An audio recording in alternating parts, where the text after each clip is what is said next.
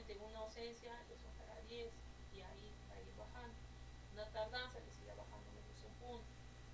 Entonces, siempre les he dado tiempo para que lleguen, porque no he sido muy estricta con las 8:30. Finalmente ha habido un tiempo condescendiente de unos 15 minutos a lo que ustedes también van pasando, pero después de eso no pueden llegar. No pueden llegar cuando estamos ya en visita médica o alcanzarlos. Entonces, tienen que tener en cuenta todo eso en cuanto a sus notas.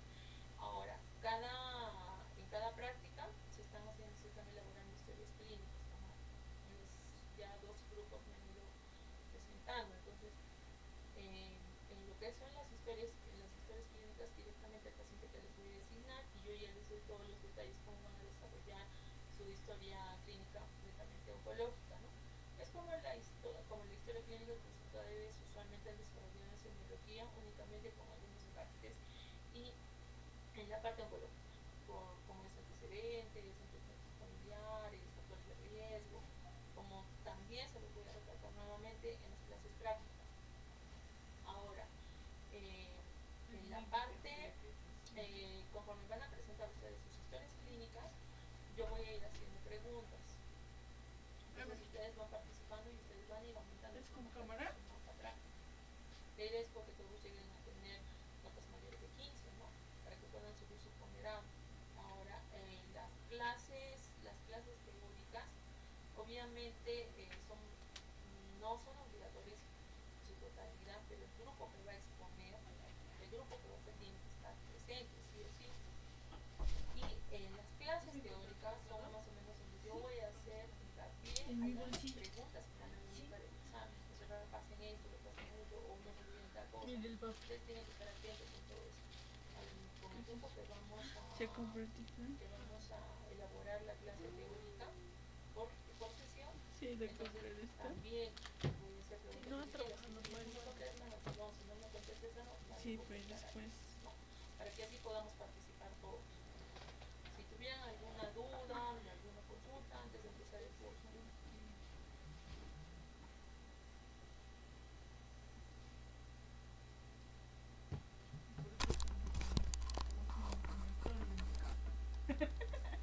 En todo caso, empecemos, ¿ya? Por favor, que comparte tu presentación en primer grupo. Ok, doctora, buenas tardes. Buenas tardes. ¿Qué? Pagas. Sí, pero falta el diseño. Sí, sí.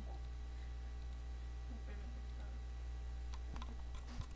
es que he ido a preguntar y hay una almohada así será, así de grande. Ambas caras sublimadas a 30. Entonces acá había dicho una bájala Ok, vamos a a empezar. 15 Doctora, o a compañeros, 13. buenas tardes. Vamos Si a no, se va a vender. disertar el tema de Falta generalidades, ¿no? De cáncer más frecuentes, marcadores tumorales y síndromes hereditarios. Por el grupo 11, ¿no? Que está integrado por la compañera Rojas Chambilla Rosela Alejandra, con mi persona Estimado Ramos Rojas Simón y con mi compañera Torres Paredes Le Bello. llevaba 4. Eh, Vamos a colocarnos con las generalidades, ¿no? Vamos a ver los cánceres más frecuentes, ¿no? En el mundo. Los 4, sí. Los tipos de cáncer más frecuentes a nivel mundial, ¿no? Sí, pero son los Están 20 ordenados, que ¿no? se Según van. el número de funciones, ¿no? Y ya Mundiales. vendió. Y en los siguientes vamos a ver, ¿no? Que entre hombres y mujeres, en hombres vamos a ver, ¿no? Que está el cáncer de pulmón, Le estoy estómago, calentando hígado, con el colon, recto comité y de esófago y próstata. sí, Y en mujeres es más, ¿no? De mama, pulmón, estómago, colon, recto y del uterino. este El riesgo, ¿no? De desarrollar la mayoría de los tipos de cáncer se puede, ¿no? Reducir mediante cambios, ¿no? En el estilo de vida, ¿no? De la persona. Como por ejemplo, ¿no? Dejar de fumar, limitar el tiempo de exposición al sol, también, ¿no? Hacer ejercicios y tener, ¿no? Una alimentación, ¿no? Sana. Mientras más temprano sea, ¿no? Una detección del cáncer y más rápido, ¿no? Comience el tratamiento, son mayores, ¿no? Serán las probabilidades, ¿no? Para el paciente, para que tenga más años de vida, ¿no? Vamos a ver, ¿no? Los factores causales, ¿no? Del cáncer. El cáncer es un proceso, ¿no? Que comienza con una célula normal y se desarrolla, ¿no? A través de varias etapas hasta convertirse en un tumor maligno. Estas son una transformación, ¿no? En el resultado de la interacción entre factores genéticos Y tres categorías de agentes externos, ¿no? Como son, ¿no? Los carcinógenos físicos, como la radiación ultravioleta, los carcinomas químicos, ¿no? Como el asbesto, el humo, el tabaco, ¿no?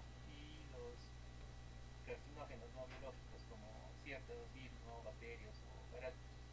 Ahora, el envejecimiento también, ¿no? Nos desempeña un papel fundamental, ¿no? En el desarrollo del cáncer, ya que la acumulación de factores de riesgo, que son los principios y la disminución y la eficacia de los mecanismos ahí de reparación celular aumentan, ¿no? La probabilidad de desarrollo de la enfermedad de la edad.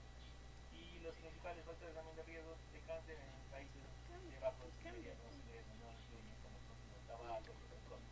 También la ingesta insuficiente, ¿no? De frutas y verduras, así como infecciones o virus, ¿no? Como el virus del papiloma humano, que es una causa, ¿no? Importante de cáncer cervical. Y por otro lado también, ¿no? En otros países de ingresos elevados, el consumo de tabaco y también, ¿no? Alcohol y el exceso de peso y la obesidad, ¿no? Que son factores de riesgo, ¿no? Significativos para desarrollar cáncer. Vamos a ver, ¿no? Acá también los cánceres más frecuentes, ¿no? Que se tienen en el Perú, ¿no? Vamos a ver que hay el cáncer de próstata, cáncer de mama, cáncer de estómago, cáncer colorectal y el cáncer rectal. Vamos a ver el cáncer de próstata, que es el tipo, ¿no? De cáncer más frecuente, ¿no? Entre los varones, con un 24.7%, ¿no? que causa, ¿no? La muerte en varones durante el 2018, ¿no? Hemos conseguido esa epidemiología, convirtiéndose, ¿no? En la causa de muerte, ¿no? De cáncer en el Perú, con un 8.4%, y se registra, ¿no? Una mayor mortalidad en la costa, y no produce, ¿no? Síntomas en sus fases iniciales, pero se recomienda, ¿no? Un examen de TAC, ¿no? Anual, ¿no? A partir de los 40 años. Ahora, en el cáncer de mama es otro tipo, ¿no? De cáncer más frecuente también en las mujeres, con un 19.5%, que se registraron, ¿no? De 16.985 nuevos casos, ¿no? En el Perú, con 10.5%, y que es la causa, ¿no? De muerte de 1.818 mujeres, ¿no? En el país durante el año 2018, con una mayor mortalidad en la Amazonía y en la costa, ¿no? Es donde hay más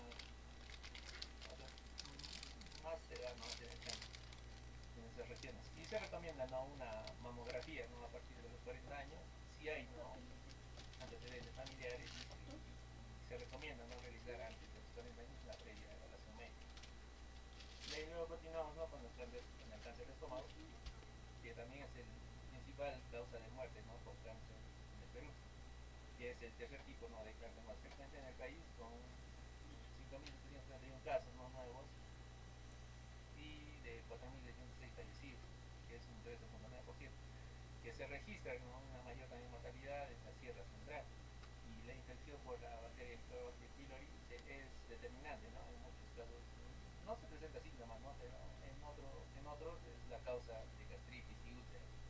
Y otros factores de riesgo están relacionados con el consumo del tabaco, el alcohol, ¿no? Los alimentos salados y ahumados, ¿no? Además con una alimentación también completa, ¿no? Suficiente de vitaminas, proteínas. Y se recomienda, ¿no? Una endoscopía a partir de los 40 años, y se recomienda también, ¿no? Realizarse antes, si se sufre, ¿no? Una gastritis o problemas intestinales previas a una evaluación médica. Ahora también vamos a ver el cáncer colorectal, que está en el cuarto tipo, ¿no? De cáncer más frecuente también en nuestro país, con 4.610 casos nuevos, ¿no?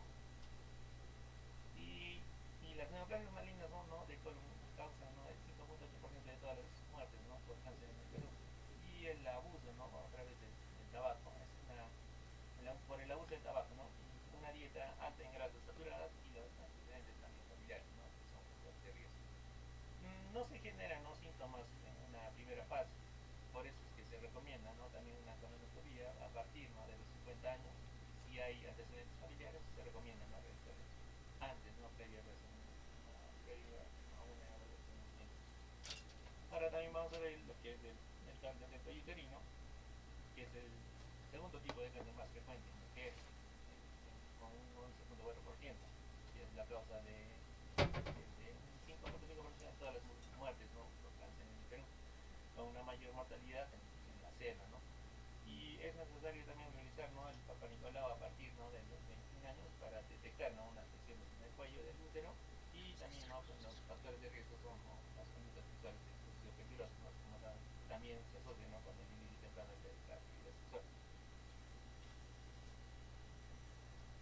Ahora vamos a ver también, ¿no?, en el sur de nuestro país, vamos a ver, ¿no?, los casos más frecuentes también, ¿no?, que vamos a ver que hay el cuello uterino, seguido, ¿no?, por el cáncer de mama femenina.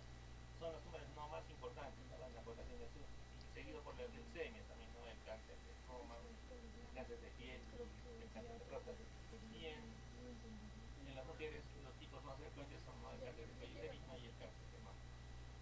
Y también, ¿no?, el cáncer de tiroides y el cáncer de vesícula biliar y estómago. Y en hombres también vemos, ¿no?, en el sur que es el cáncer de próstata, de leucemia y el de estómago y piel. Mi compañero ya ahora va a continuar con el siguiente. ¿Vale?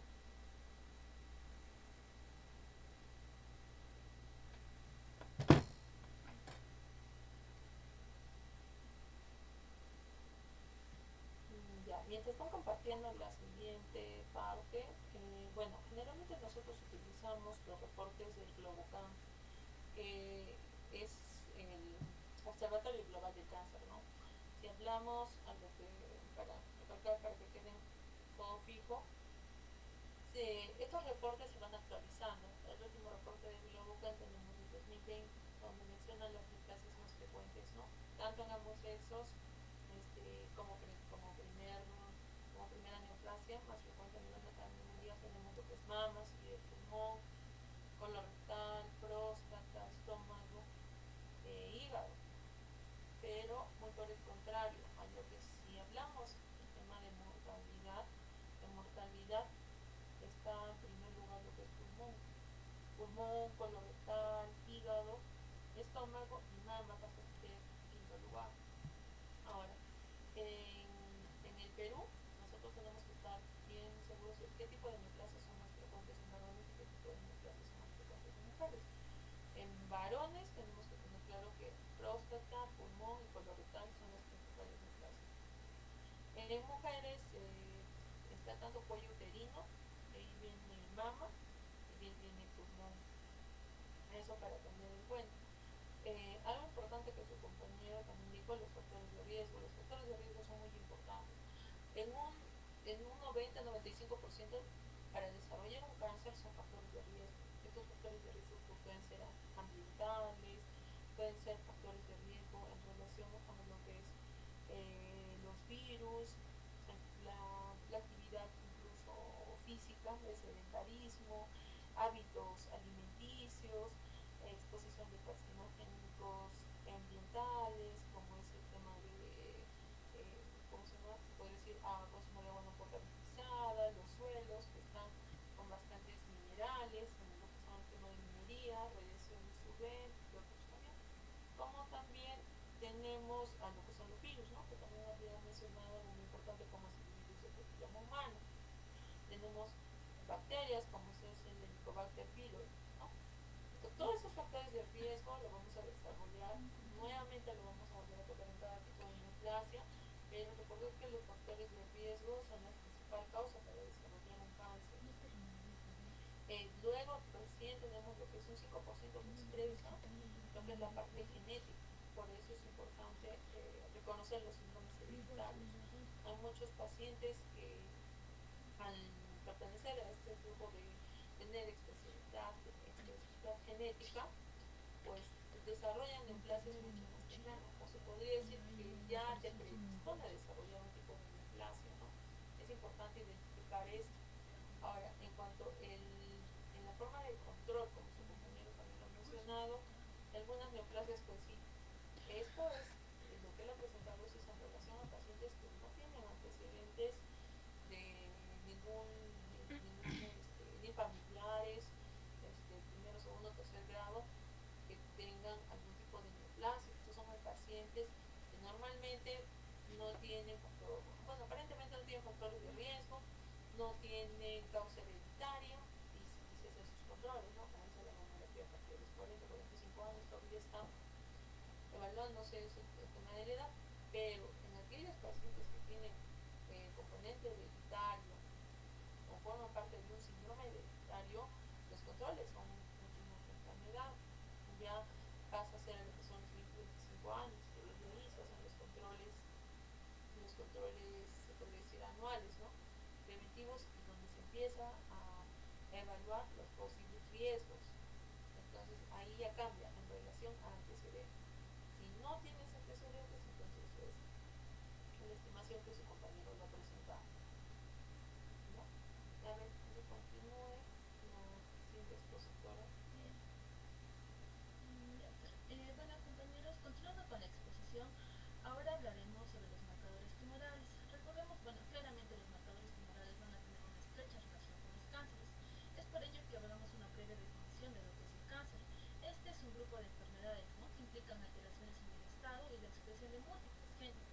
Recordemos que una célula se divide, pero si la persona tiene una predisposición genética o está sometida a agentes cancerígenos, el ADN de la célula va a sufrir una mutación y al momento de dividirse no solamente va a dividirse posteriormente células normales, sino también se van a empezar a proliferar lo que son las células mutadas, y esto va a generar lo que es una neoplasia o un cáncer. Todo esto va a conllevar alteraciones bioquímicas, alteraciones inmunológicas y alteraciones genéticas.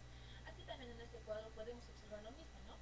Una mutación del gen conlleva a una alteración genética alterada, junto con una alteración o un estado alterado de las proteínas, y todo esto una alteración de los metabolitos que van a conllevar a una proliferación no controlada, a una muerte regulada, una alteración del metabolismo y un aumento de la vascularización.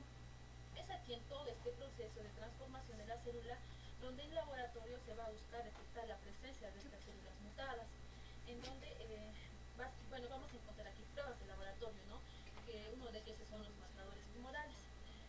Dada esta breve introducción, ahora sí pasaremos netamente a lo que son los marcadores tumorales, que por definición son sustancias, ¿no?, en general son proteínas que están producidas o son producidas por el tejido cancerígeno, o algunas veces por el organismo mismo en respuesta a un crecimiento de tipo canceroso. Estas vamos a encontrarlas en sustancias como la sangre, en la orina, en materia fecal, vamos a encontrarlo también en otros tejidos, ¿no?, o líquidos del cuerpo de algunos pacientes con cáncer. Pero cada vez se está utilizando más los marcadores genómicos, que van a estar, ¿no?, en los tumores y en fragmentos de tumores que se desprenden en los líquidos del cuerpo, que más adelante.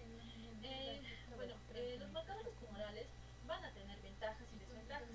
Ventajas como el cribado y la detección precoz del cáncer. Sin embargo, eso no es tan relevante, ya que generalmente los cánceres se encuentran o se diagnostican en una etapa tardía. También ayudan en el diagnóstico del cáncer, también nos ayuda a determinar la respuesta a la terapia. Esto ya que, por ejemplo, si un marcador tumoral está elevado y con el tratamiento este disminuye, es que está yendo bien, ¿no?, el tratamiento. También es un indicador de la progresión de la enfermedad y también indica, ¿no?, recaída durante el periodo de seguimiento. Y alguna de las desventajas de los marcadores tumorales es que hay diferencias, ¿no?, en la recolección, manipulación o almacenamiento de estas muestras que pueden alterar. También recordar que los marcadores tumorales no siempre están presentes en los cánceres en etapa temprana, y es posible también que las personas con cáncer nunca tengan marcadores tumorales elevados en la sangre. Es por todo ello que los marcadores tumorales no son una modalidad principal para un diagnóstico del cáncer, sino que se usan como una prueba de laboratorio para respaldar a nuestro diagnóstico. Bien, acá tenemos una clasificación que yo, como ya lo había mencionado, un marcador tumoral principalmente son proteínas, ¿no?, pero también son antígenos, son capitales, también son glucoproteínas, enzimas, hormonas, entre otros. Pero nosotros nos vamos a basar en lo que es el Instituto Nacional del Cáncer, que señala dos tipos principales de cánceres tumorales. Uno que son los marcadores tumorales circulantes y el otro que son los marcadores tumorales en tejido. Los marcadores tumorales circulantes se encuentran, ¿no?, en la sangre, en la orina, en la materia fecal u otros líquidos del cuerpo de algunos pacientes que tienen cáncer. Esto nos va a ayudar a que, ¿con qué propósitos? A determinar el pronóstico, el estadio del cáncer, la recidiva, ¿no?, después del tratamiento, evaluar cuán bien funciona el tratamiento y verificar si el tratamiento dejó de funcionar o no. Y bueno, nuevamente recalco que una concentración alta de un marcador tumoral tal vez indique una presencia del cáncer, mas no es suficiente para nosotros diagnosticar un cáncer. Para eso se necesitan otras pruebas como las biopsias o tal vez pruebas de imagen En cuanto a los marcadores tumorales circulantes, como por ejemplo vamos a tener lo que es la calcitonina para evaluar la respuesta al tratamiento y para detectar si es que recibió el cáncer medular de tiroides. También tenemos como por ejemplo el CA-125 que va a ser para evaluar si funcionan bien los tratamientos del cáncer y si el cáncer de ovario recibió. También tenemos a la microglobulina beta 2 que se va a encontrar, ¿no?, para ver el pronóstico y el tratamiento en el mieloma múltiple y también en la leucemia linfocítica crónica. Pasando a lo que es a los marcadores tumorales en tejido, estos se van a encontrar en los tumores, ¿no?, en general en una muestra de tumor que se saca durante una biopsia. Y estos van a utilizarse con qué propósitos?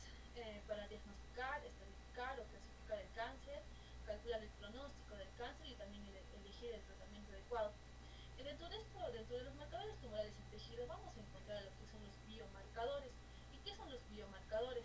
Son marcadores de tejido tumoral que indican si alguien es apto para una terapia dirigida específica. Ahora, los principales biomarcadores que vamos a encontrar son el receptor de estrógeno y el receptor de progesterona. Esto para ver, ¿no?, si es que si el tratamiento para saber si alguien con cáncer de mama debería recibir terapia con hormonas. También tenemos la mutación del gen FGFR3 para el tratamiento del cáncer de vejiga y el PDL1 para personas con distintos tipos de cáncer que son aptas para el tratamiento con un inhibidor de puntos de control inmunitario. También cabe recalcar que dentro de los biomarcadores algunos tumores liberan células y material genético en la sangre que a veces es posible examinar con estos biomarcadores y en las muestras de sangre. A esto se le va a llamar lo que es la biopsia líquida. Y básicamente, como ya lo mencioné, no son pruebas de laboratorio que se realizan en una muestra de sangre, orina u otro líquido corporal con el fin de buscar células cancerosas en un tumor o trozos pequeños de ADN, ARN u otras moléculas. Tienen una estrecha relación, ¿no?, con los marcadores tumorales circulantes, ya que también se encuentran en sangre y en orina y en otros líquidos, pero la diferencia de uno circulante y de una biopsia líquida es que los marcadores tumorales circulantes se centran en la detección de sustancias específicas en la sangre asociada a un cáncer, mientras que una biopsia líquida implica el análisis de material genético y celular liberado por el tumor. Bien, ahora pasaremos a hablar sobre lo que son los cánceres más frecuentes y también los marcadores, ¿no?, los marcadores más frecuentes que se usan en estas. Por ejemplo, tenemos el cáncer de mama. Recordemos que el cáncer de mama, como ya lo mencionó mi compañero, es el cáncer más frecuente, ¿no?, y la causa más común de muerte por cáncer en mujeres a nivel mundial. Para nosotros detectar o que sea una idea de diagnóstico, utilizamos lo que es al CEA 15.3 o también al CEA 27.29, que aquí lo vamos a ver, ¿no? Principalmente entre estos dos es el CEA 15.3, que nos va a ayudar a diagnosticar, ¿no?, lo que es el cáncer de mama, pero también si es que se encuentra elevado, puede también, no solamente o no necesariamente al cáncer de mama, también podría estar elevado en un cáncer de ovario o en un cáncer de pulmón o una próstata. También es importante ver, ¿no?, la sensibilidad y la especificidad de cada marcador tumoral. Recordemos que la sensibilidad es la capacidad del marcador tumoral para detectar pacientes con cáncer y la especificidad es la capacidad del marcador tumoral para distinguir a aquellos pacientes que no tienen cáncer de los que sí tienen. Entonces, cuanto mayor sea la sensibilidad y la especificidad, mayor será el valor diagnóstico de estos marcadores tumorales. Y un marcador tumoral ideal sería, ¿no?, que tenga una sensibilidad y una especificidad del 100%, pero no es así. Por ejemplo, en el CEA 15.3 la sensibilidad está elevada, ¿no?, en un 20 a 50% para detectar el cáncer de mama. Tenemos otra otro cáncer frecuente que es el cáncer de próstata, ¿no?, que es el tumor maligno más prevalente en el mundo occidental. Principalmente el marcador tumoral es el antígeno prostático específico, el cual el análisis va a ser por sangre y el propósito es determinar el diagnóstico, evaluar la eficacia del tratamiento y verificar si es recidiva. Y generalmente las concentraciones de antígeno prostático específico normales son de 0.1 a 4. Esto nos va a ayudar a detectar, ¿no?, lo que es el cáncer de próstata y tiene una sensibilidad del más del 75%. También tenemos los principales carcinomas gastrointestinales y en cuanto a los marcadores tumorales al AC, que es el antígeno carcinoembrionario para el cáncer de colon. También tenemos el CA 19.9, que es para el cáncer de páncreas o el cáncer de tracto biliar, y las alfa-fetoproteínas, que que nos van a ayudar al diagnóstico de cáncer de hígado y tumor de células germinativas. Entre otros marcadores tumorales que son los más principales, tenemos a la gonadotropina corione humana beta, que nos va a ayudar a detectar, ¿no?, el coriocarcinoma y tumores de células germinativas, al CA125, que va a estar presente en el cáncer de ovario, y finalmente tenemos lo que es el antígeno del carcinoma de células escamosas para los tumores epidermoides, principalmente de pulmón y de cervix, y también a la NS, que es la enolasa neuronal específica, que nos va a ayudar a detectar tumores neuroendocrinos como el microcítico del pulmón. Bueno, eso es todo en cuanto a los marcadores tumorales patológicos. Ya, mientras va colocando su compañera, un poco para aclarar los marcadores tumorales. Los marcadores tumorales es algo que ustedes lo van a manejar bastante en lo que es en la práctica clínica, sea ahora en el curso, como también más adelante, ¿no? Algo importante que mi compañera ha mencionado, por ejemplo, los cuadros están muy didácticos para que ustedes puedan ver cuáles son los valores significativos para cada tipo de marcador tumoral, pero tenemos valores normales, como también tenemos un umbral de probabilidad elevado. Es decir, en los valores normales que su compañera ha presentado, por ejemplo, sea el caso de PSA, ¿no?, que el valor normal es menos de 4 nanogramos por mililitro, ¿no? Cada marcador tumoral tiene su valor normal para que nosotros a partir de ello nos podamos direccionar. No significa que, por ejemplo, un paciente que tiene un PSA en 5 tenga una neoplasia, no. También hay umbrales de probabilidad elevado, es decir, hay números representativos por cada tipo de marcador tumoral y ya nos hace sospechar mucho más de una posible neoplasia. Como también ella lo ha mencionado, los marcadores tumorales no son específicos para decir que un paciente tiene cáncer, o sea, no son específicos para dar un diagnóstico. Los marcadores tumorales más que todo nos ayudan en lo que es en el seguimiento y el diagnóstico de la enfermedad. Ahora, hay neoplasias donde tenemos biopsias positivas, tenemos evidencia tumoral por imágenes, donde no expresa un marcador tumoral. Cuando los pacientes no expresan marcador tumoral al inicio del tratamiento, entonces, como para hacerle su seguimiento, no nos ayuda el marcador tumoral. Como si hay pacientes que expresan los marcadores tumorales, en cada seguimiento, en cada ciclo de quimioterapia, nosotros vamos viendo los marcadores porque nos ayuda. La vista el marcador es lábil y va subiendo, va bajando para nosotros tener, o se podría decir, para ayudarnos en cuanto al seguimiento de la enfermedad, si está respondiendo o no este paciente al tratamiento. Eso. Los marcadores tumorales no son sustancias, proteínas o específicas de células tumorales, también lo producen las células normales. Por eso es que tienen un valor referencial, un valor normal cada marcador tumoral. Y el marcador umbral que nosotros tenemos que reconocer, por ejemplo, si tienes un paciente con una alfa-fetoproteína, su valor normal es menos de 10 nanogramos por ml, pero ya tu umbral de probabilidad elevada es mayor de 75 nanogramos por ml, ya te hace sospechar un poco más de que tu paciente pueda tener un tipo de neoplasia. Entonces, tomen en cuenta los umbrales de probabilidad elevada, ¿no? Por ejemplo, para el CA15-3 tenemos ya 100 nanogramos por ml, para el CA19-9 pacientes que vienen con más de 1000 nanogramos por ml, entonces todo eso tenemos que estudiar cuáles son las probabilidades altas. Ahora, también no significa necesariamente que un paciente tenga una enfermedad oncológica si es que tiene marcadores tumorales elevados. ¿En qué casos? Por ejemplo, ustedes podrían encontrar marcadores tumorales elevados, sin embargo no tienen patología oncológica.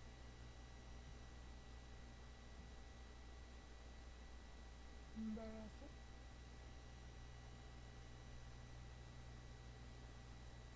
Su compañera no lo ha expresado en la exposición, pero está en el cuadro.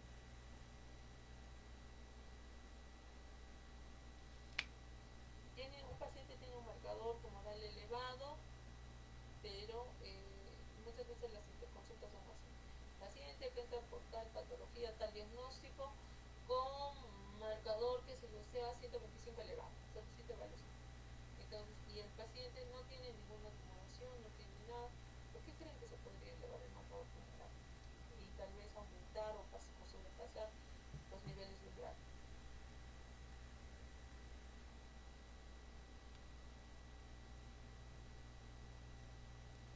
Por ejemplo, todos aquellos pacientes que tienen hepatopatías alteran el valor de los marcadores tumorales. Los marcadores tumorales se elevan. Aquellos pacientes que tienen enfermedad renal crónica, algún tipo de enfermedad renal hasta aguda, alteran los marcadores tumorales. Cualquier proceso inflamatorio alteran los marcadores tumorales. Entonces, tomar mucho esto en cuenta. Hay pacientes con falla renal o enfermedad renal crónica que elevan marcadores tumorales o están con un proceso asociado, un proceso infeccioso también, y el marcador se eleva mucho más. Termina de pasar este proceso infeccioso, todo, se hace controles, seguimiento y se ve claramente como el marcador tumoral va bajando. Pero sí tener en cuenta que es más que todo para seguimiento y para lo que es control. Ahora, el juego de su comunidad también es muy interesante para ver el tema de la sensibilidad y especificidad. Si se han dado cuenta, algunos marcadores tumorales en Ecuador tienen mayor sensibilidad que otros. Entonces, ¿qué significa? Que hay marcadores tumorales, se puede decir, mucho más específicos en algunos tipos de neoplasia que en otros, ¿no? Por ejemplo, un PSA que está más de 100, ya prácticamente está hecho el diagnóstico, definitivamente es un cáncer de próstata.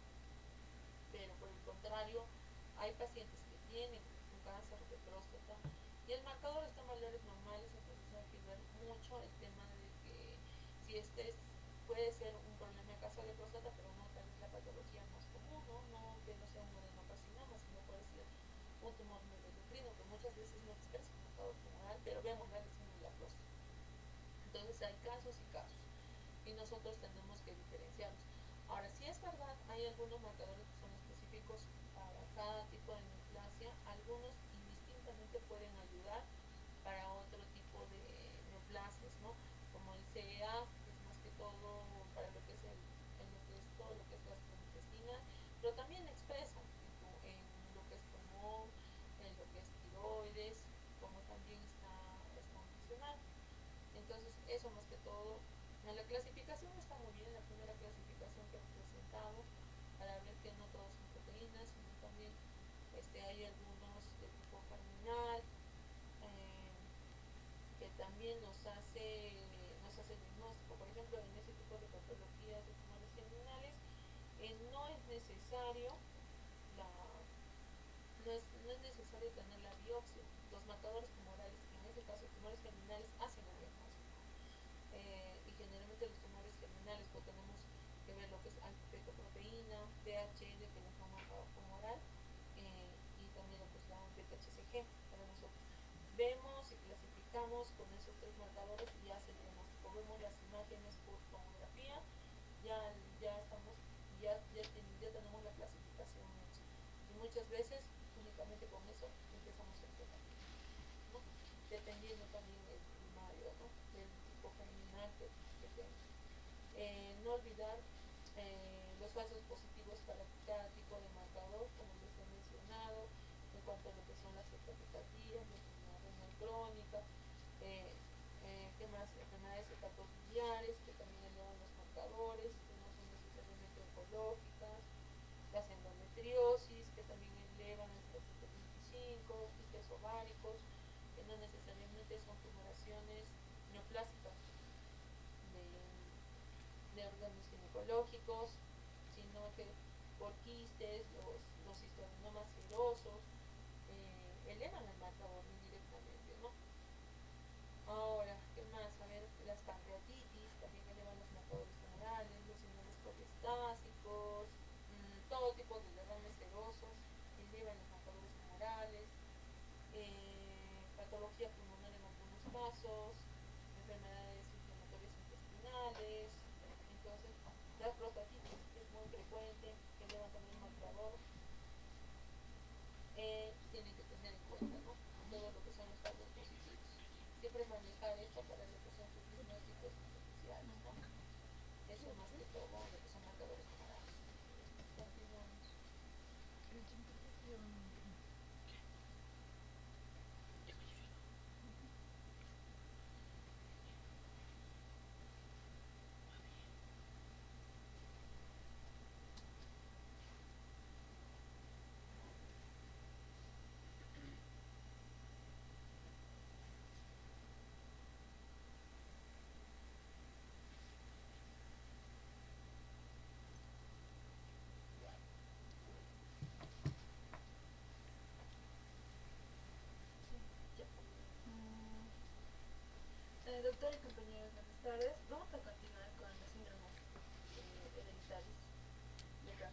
Bueno, según el Instituto Nacional de Cáncer, estos son denominados como son trastornos hereditarios en el que hay un mayor riesgo de lo normal de padecer ciertos tipos de cáncer debido a que obedecen a mutaciones, es decir, cambios en ciertos genes que se transmiten de padres a hijos.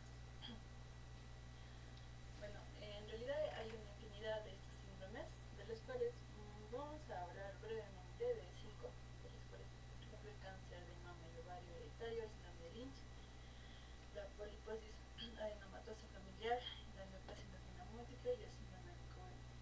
Todos son de herencia autosómica dominante y, como podrán ver, pues, obedecen a diferentes tipos de genes, ¿no? Genes. Bueno, vamos a comenzar por el síndrome de cáncer de mama ovario hereditario. Este básicamente está relacionado con el gen BRCA1 y BRCA2. Ambos son genes de alta penetrancia. Con esto quiere decir de que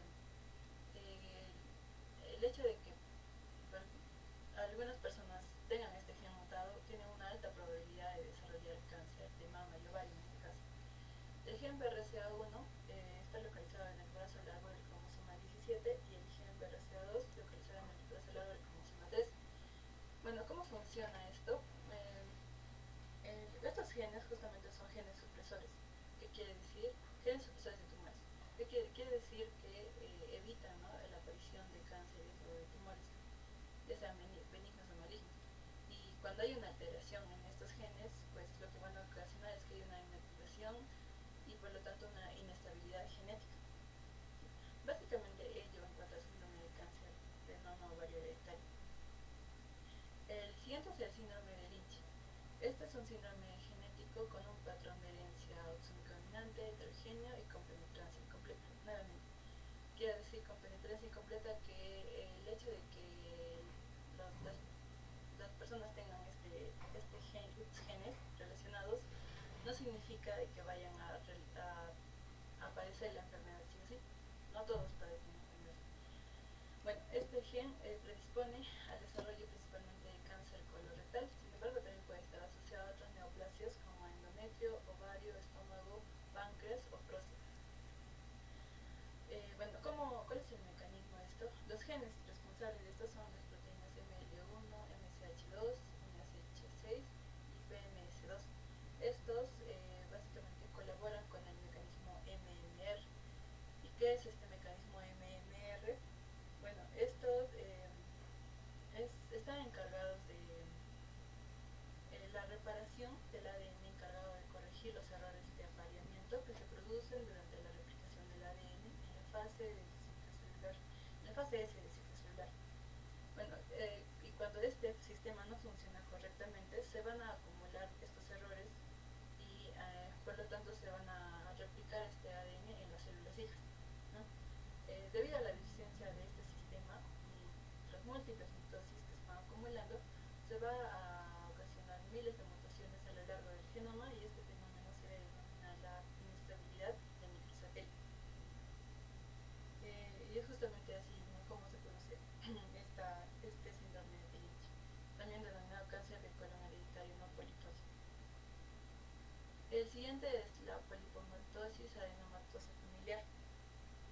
Bueno, este síndrome genético en el que está caracterizado por la aparición a una temprana edad de cientos de pólipos o adenomas en todo el colon, y dando así el riesgo de sufrir al 100% de cáncer colorectal si es que no se toman las medidas de prevención, como una colectomía, ¿no? El gen responsable en este caso es el APC. El APC es un gen supresor.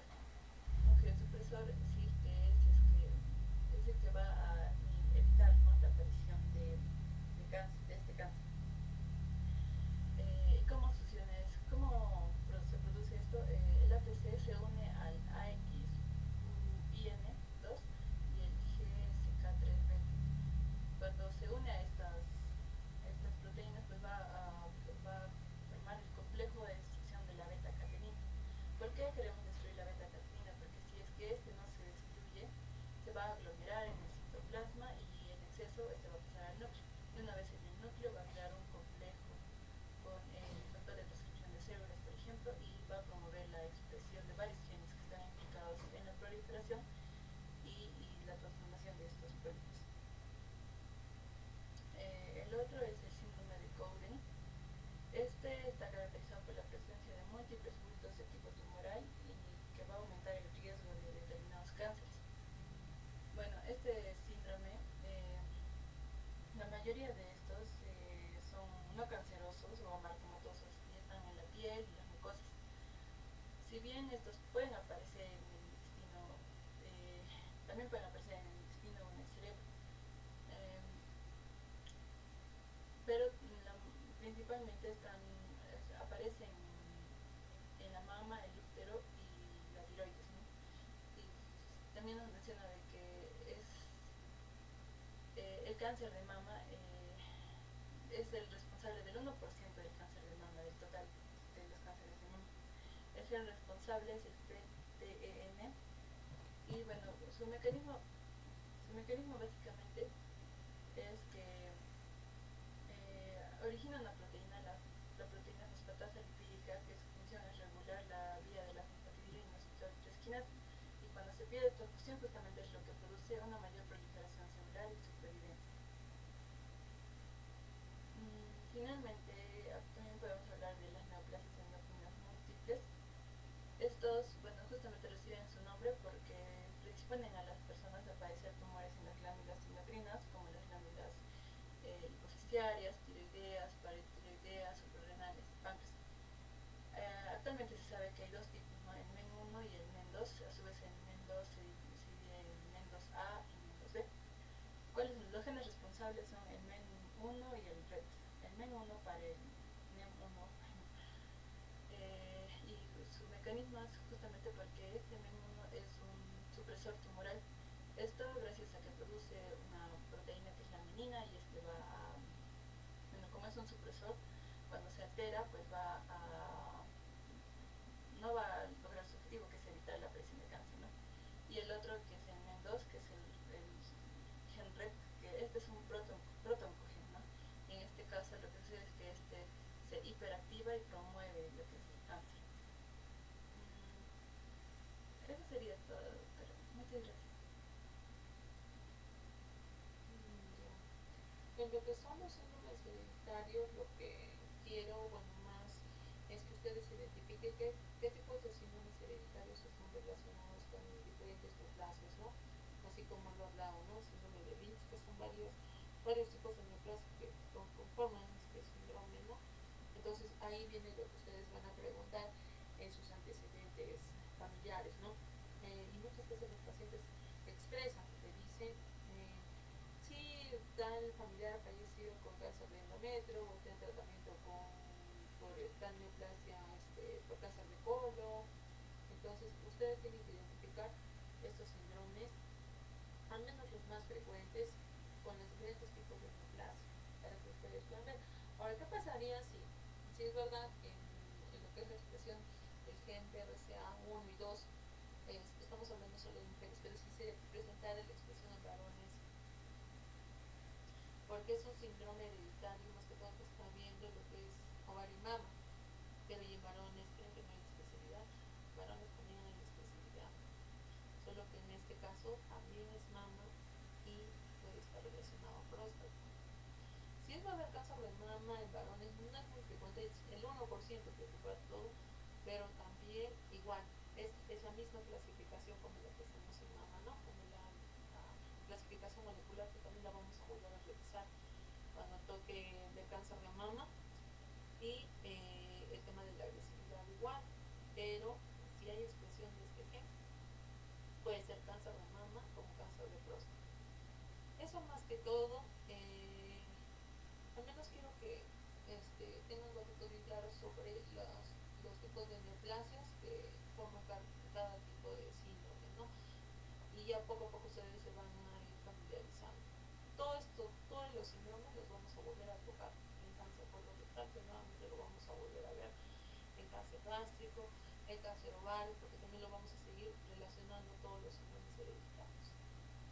Si tuvieran alguna duda, algún alcance, antes de terminar la clase.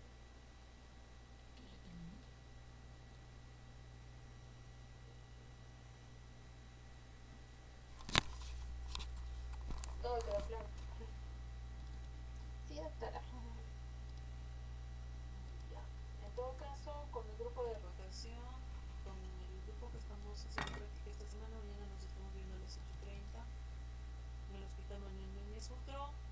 Y la siguiente clase ya para la siguiente semana, en la fecha indicada. ¿Ya? Entonces tengan muy buena tarde. Ya nos estamos viendo mañana y la siguiente semana. Ok, doctora, muchas gracias. Hasta luego. Hasta luego, doctora. Hasta luego. Hasta luego.